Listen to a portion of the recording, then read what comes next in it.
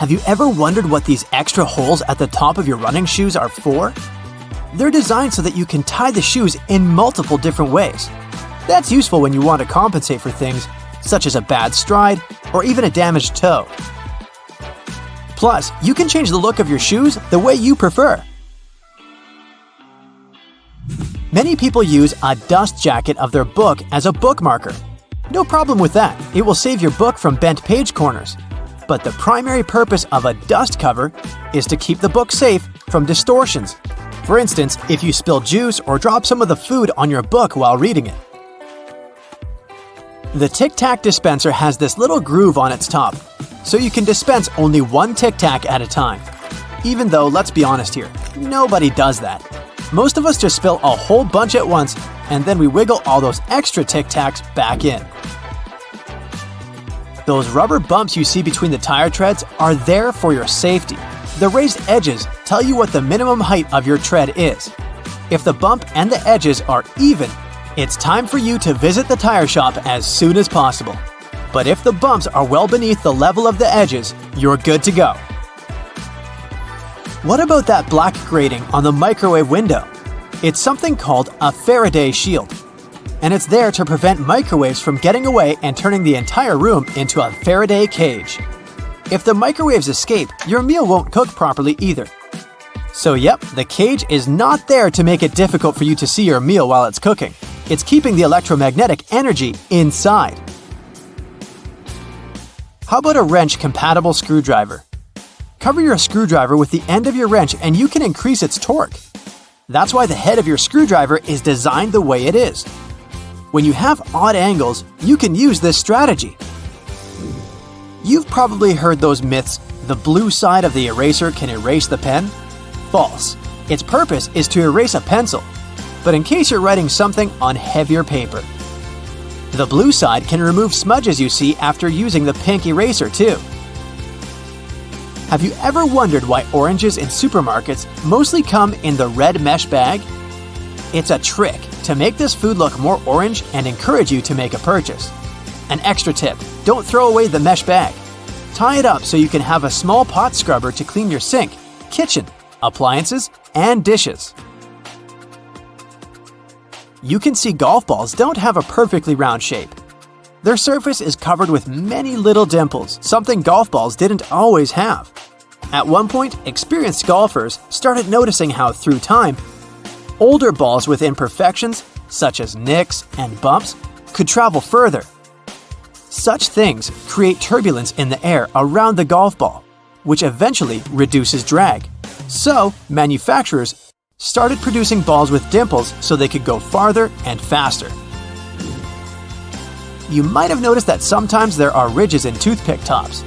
It's more hygienic because when you break that off, you can prop the toothpick up on it, and it won't touch anything. Another safety feature you'll find, this time in your car, is a tab on your rearview mirror. With it, you can change the position of the mirror, so you don't get blinded if there's a car behind you with its high beams on. So this little tab helps you control the glare of lights coming from behind. This feature showed up in the 1930s, but in the early 1970s, it became a part of standard equipment in most trucks and cars. Do you see that tiny hole on your iPhone right next to the rear-facing camera? It's a microphone, and it's there so your phone can record sound as you turn your camera around. Some cables have a thick cylinder towards the end of the cord. It's called a ferrite core or a choke. It's a magnetic iron oxide that stops high-frequency electromagnetic interference. For example, you know that annoying static noise you get if you bring your phone too close to a speaker? This interrupts your call, which is why cable cords with big cylinders are pretty useful because they prevent these things. Do you know why nearly all luggage bags and backpacks have two zippers? It's way more convenient and easier to open in that way. But not just that. You can also lock these two zippers together to keep the stuff inside your bags safer. You know how toilets at public spots like malls have those big gaps at the bottom? It's primarily for better circulation of air. This type of door also makes it easier to clean the toilet or check if it's occupied if you're standing in line. Other than that, if you get stuck there and the lock gets broken, you still have a way to escape. You can just crawl out. Ever notice those plastic end caps on utility knives? And they also have scales on them, which indicates you may use them multiple times but with sharp edges. You can separate the blades through these plastic end caps. Then, you can move the slider and bring the sharp blade to the front. If you've ever taken a moment to examine a regular grocery cart, especially their fold-out section, you probably noticed those metal loops jutting out. They're designed to protect the items you carry in your cart. You can use them to hang bags with soft items. You don't want to accidentally squish with heavier products, like bread, or easily breakable things like eggs.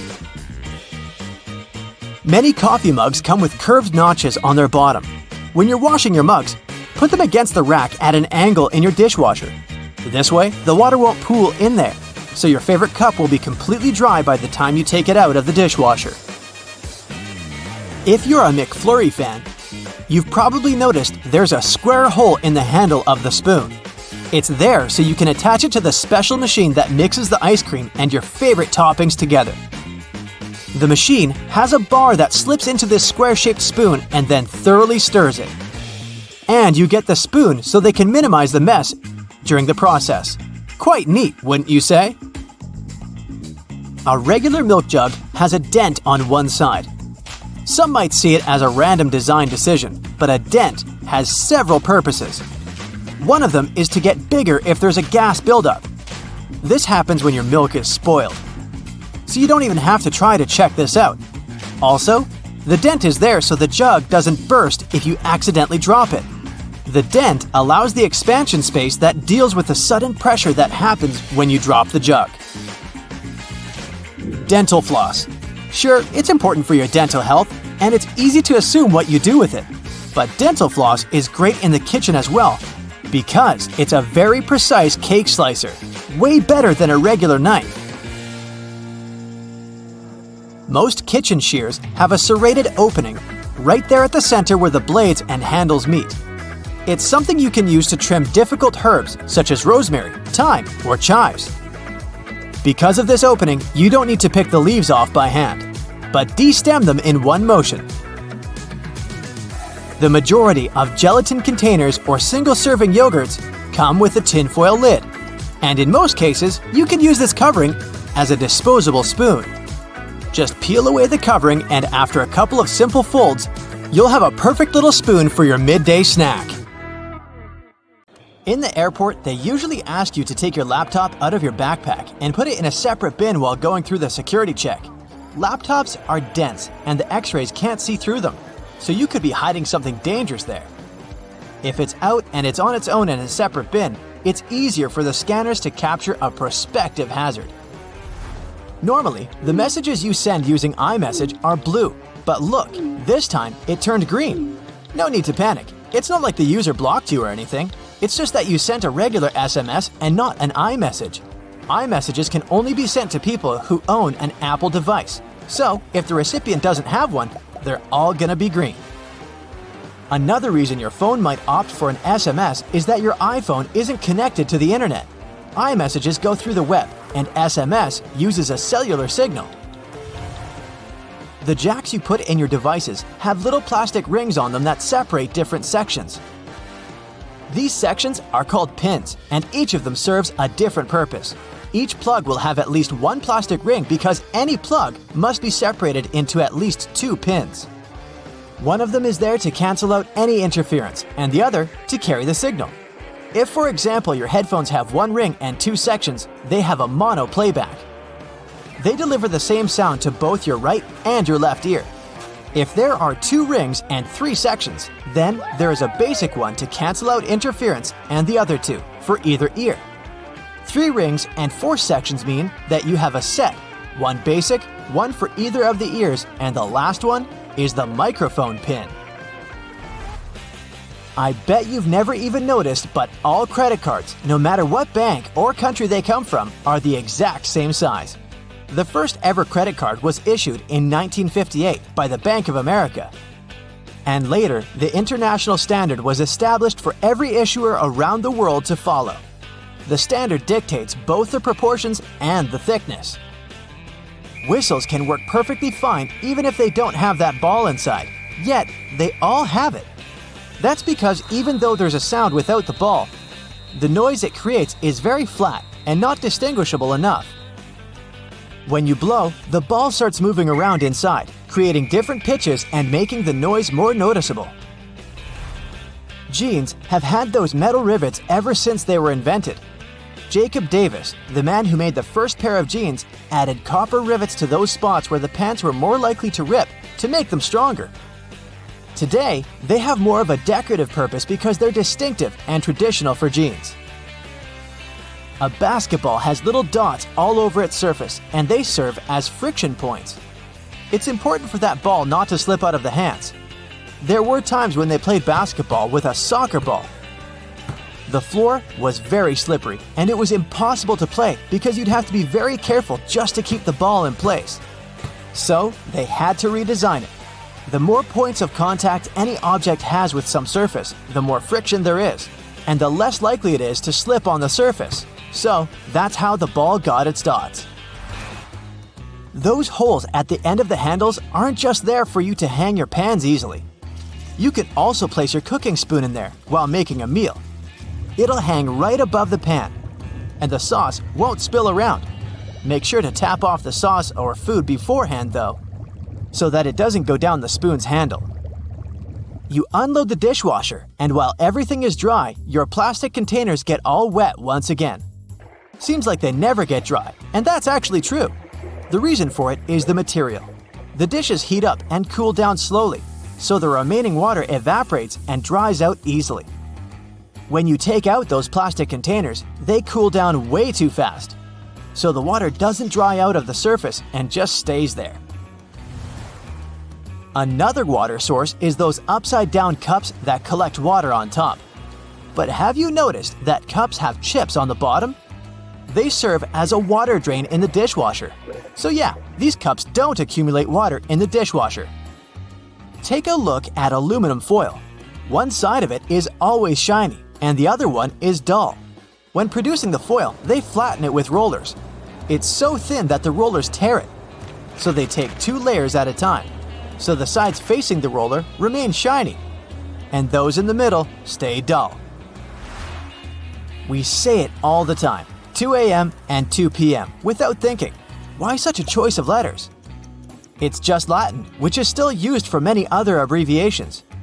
AM stands for ante meridiem, which means before noon. PM stands for post meridiem, meaning afternoon.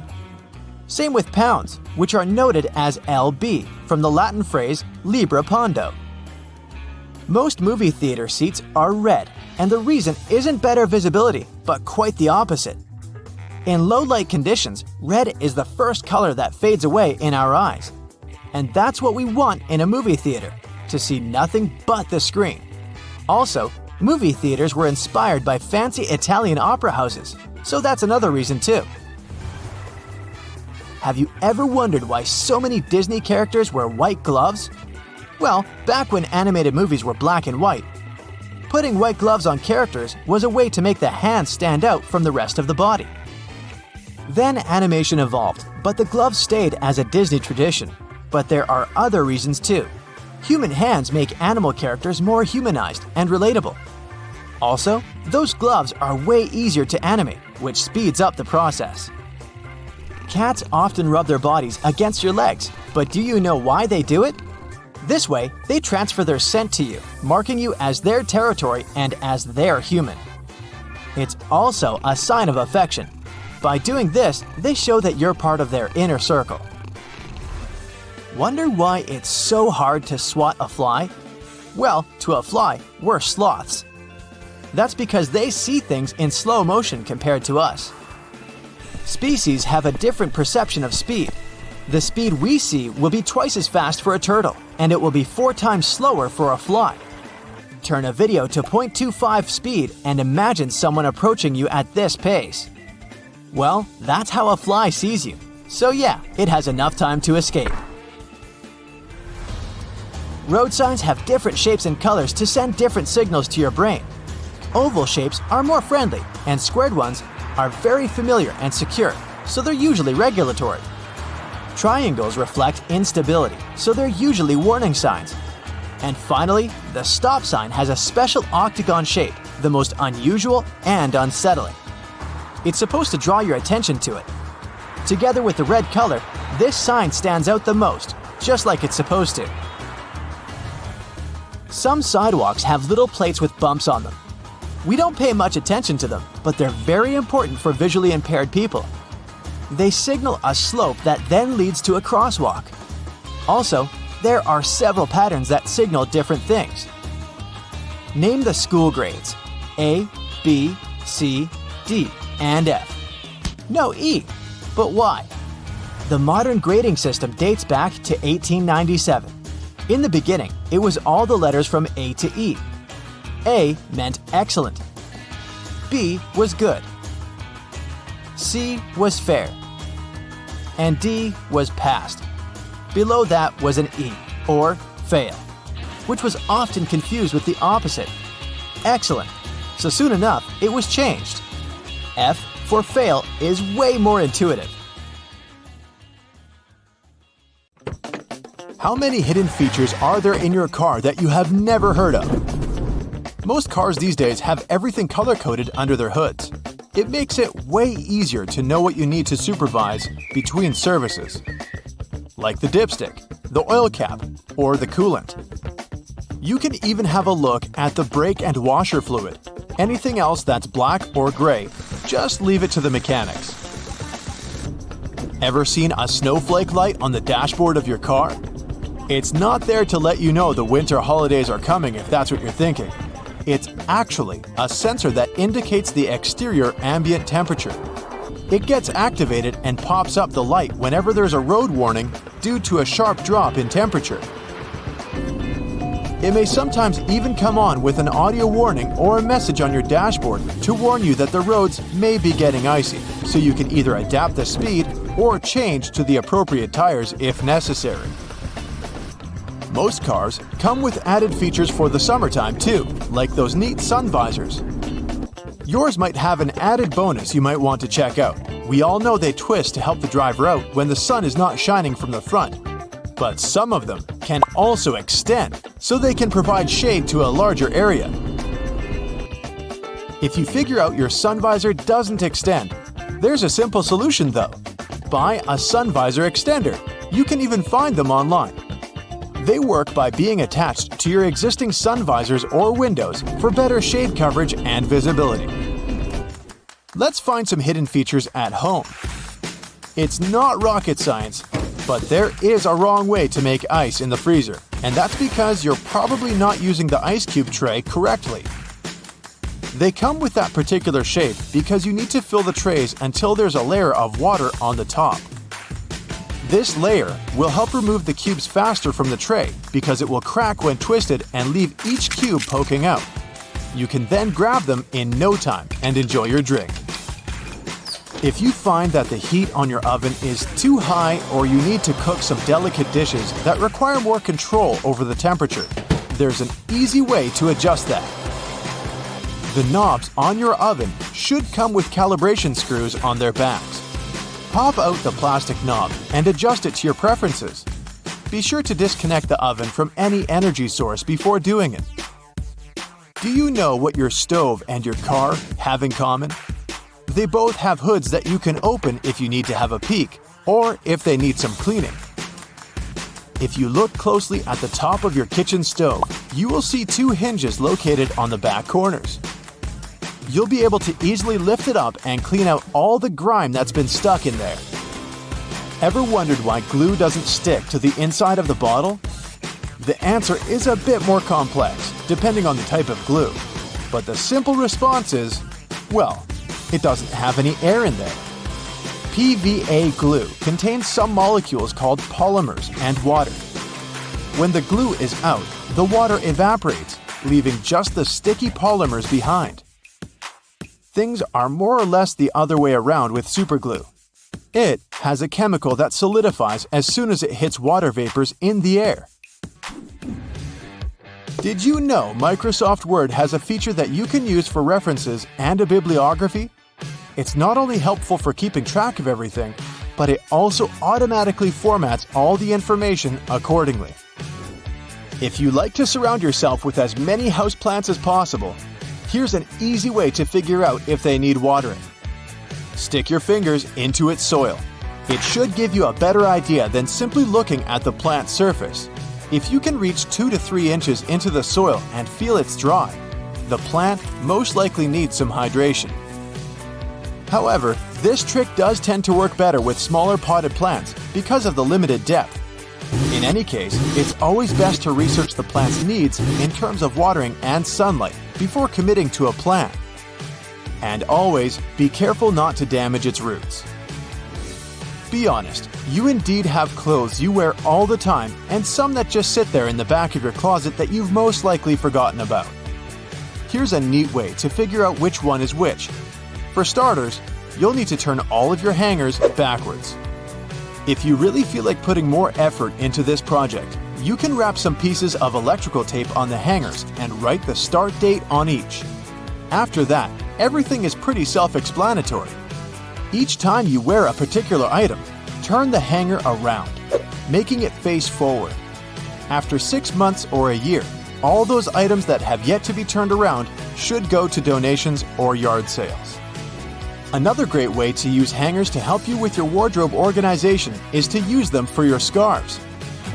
They will be wrinkle-free, but you can also see them a lot better and have a clear view of the scarves you actually use and those you should let go of.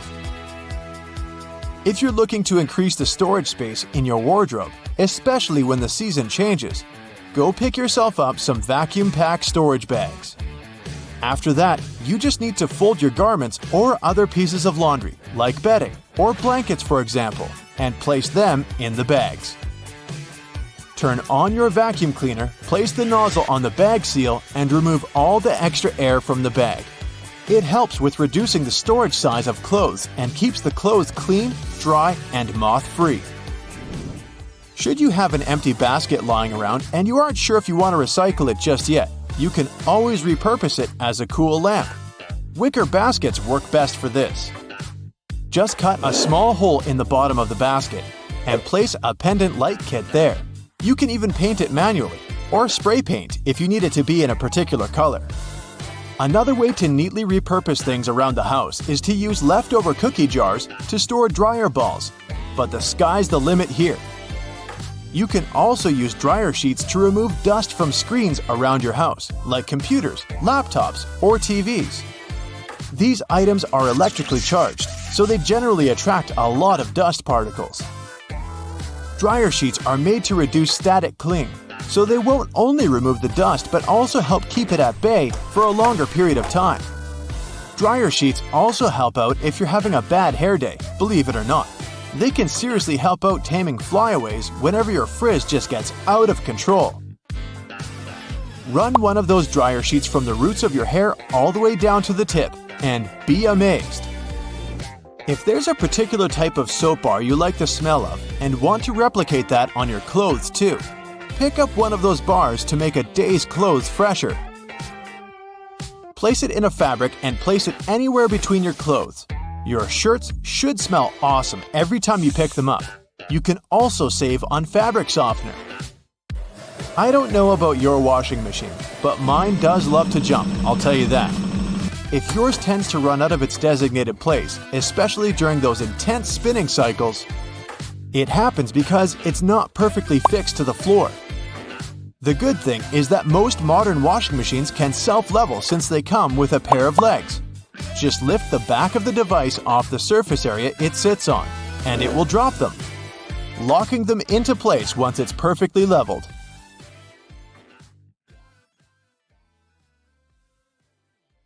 Welcome to an uninhabited island. How did we end up here? Well, I don't know. But now we have to survive here for a couple of days, and I'll teach you all I know. Gladly, wherever I go, I'm always prepared for a situation like this. So in this magical backpack, I've got everything we're gonna need for survival. The first thing is, of course, a knife, which will come in handy in many situations. Surrounded by the ocean, you don't have any drinking water available. Oops, I didn't put any water in the backpack. But don't panic. Your most reliable source of water here is the coconuts. So we need to fetch some of those. If you're lucky to get some green coconuts, you can cut them open with a knife. It's relatively easy. But the problem is that they grow high up on the tree. You're free to climb up there to get some, but it's not gonna be easy. Luckily, when coconuts mature, they turn brown and fall off the tree. The water inside stays safe to drink for about 9 months, so you can pick some up from the ground. The problem here is that they can be pretty hard to open. However, if you're lucky to have a screwdriver, it won't be a big deal. Also, a simple stone can crack a coconut for you, but don't forget to wrap it in a towel or even a t-shirt beforehand. Remember that you can't drink as many coconuts as you want. Don't drink more than 5 brown coconuts a day, unless you want to get an upset stomach. By the way, the same goes for green coconuts. After you drink a brown coconut, don't rush to throw it out. You can scrape off the white part and eat it. It's totally edible. I admit I didn't bring any bowls, but this is once again where coconuts come in handy. It can be turned into one. After you cut it open, you have bowl-shaped pieces. Start by removing all the white stuff from the inside until it's just a shell.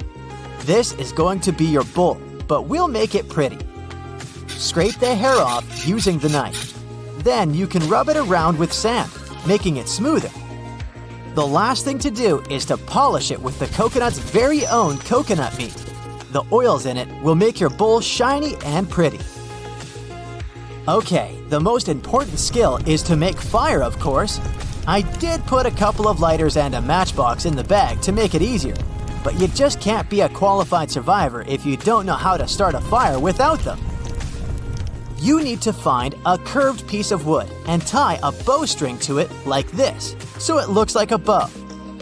In case you don't have a nylon cord, a shoestring will work too. So whenever you go traveling, wear shoes with laces, I guess. Next, find a piece of dry hardwood. It will be your spindle. You will need to wrap the string of the bow around it so you can create friction. The spindle can be fixed to a board with a notch that can hold it. Also, you'll need to find another piece of wood that's usually called a hand block. It should have a dimple carved into it, which will make it easier for you to create friction. So here's how it goes. The board holds the spindle, and you twist the bowstring around it just like this. On top, you hold the spindle with a hand block. Then you start moving the bow, rubbing it around the spindle and creating friction. It will start heating up, and in the end, you'll get an ember. After you get an ember, you need to carefully move it to a bundle of tinder and blow on it, trying to start the fire. It's gonna be tough to do it the first time, but after you get a hold of it, you can start the fire in less than 5 minutes. Now that we have the fire, we need food. The obvious choice is to go fishing. So in my magic backpack, I have a fishing kit. It's just a small box with some hooks and strings, but it's gonna be a tremendous help. The rest is just practice and skills. If you manage to catch some, you need to cook it, and that's the easy part now that you have both fish and fire. Wrap your fish in coconut leaves, tie it up with bark, and put it on the coals of your fire. Wait for about 20 minutes, but before eating, make sure it's well cooked. Just pierce the fish at an angle with a fork or a toothpick and twist gently at the thickest point. If the fish is cooked, it will flake easily. Bon appetit! Everything changes when the sun goes down. You have to be prepared for the night. So, during the day, you have to make a shelter out of sticks and palm tree leaves. Pieces of bark can be used as strings, but it's also a good idea to walk along the shore and see what gets washed out. There can be a lot of trash there, and some of that can be useful. If you go to an island, you need to have devices that will help you not to get lost. I have something here. It's a multifunction water-resistant watch I got on Amazon. Apart from the time, there's also a compass, a thermometer, a scraper, a whistle, and even a fire starter. Yeah, you don't really need to spend 2 hours with the sticks, but I wanted to teach you. So take the watch with you as you go into the jungle. We need material for the shelter: sticks, bark, and palm tree leaves, which are actually harder to pull off the tree than you may imagine. So dry ones on the ground work too. Make the roof of the shelter using palm tree leaves, but also put some on the ground for you to lie on. But be careful. Make sure that the leaves you're using are free of snakes, spiders, or scorpions. You don't want any of them in your bed. The other thing is that at night, insects and many other creatures come out, and they will be very happy to join you in your shelter. So the fire and termite mounds around the shelter will help to keep at least some of them away. Others can still sneak in and climb under your clothes, walk on you, and bite you. So, time for the magic backpack. Here, I have a survival sleeping bag. Being just 4 inches long, it doesn't take up much space, but it's tear-resistant, waterproof, and keeps your body heat inside. Plus, it has sealed seams, which will keep out water, wind, and any insects. You can find it on Amazon. Also, don't build the fire right in front of the entrance of the shelter. In this case, you might end up breathing smoke all night. And now you're all set. Just a couple of tips on how to survive. Your phone, which is probably the one thing you'll have with you, is pretty useless here. But not exactly. The screen of your no-signal cell can be used to reflect sun and moonlight to send SOS signals. Second, in conditions when you don't particularly have much water resources, try to keep your body cool. So just walk in the water once in a while so it doesn't get overheated and so that you don't get too dehydrated. And, of course, always have a first aid kit with you. It's the last survival thing I have in my backpack. Also from Amazon. It's a water-resistant bag with a pair of scissors, band-aids, tweezers, bandages, and so on. Pretty useful stuff in the wild. Happy survival, even though I hope you'll never have to do it unprepared.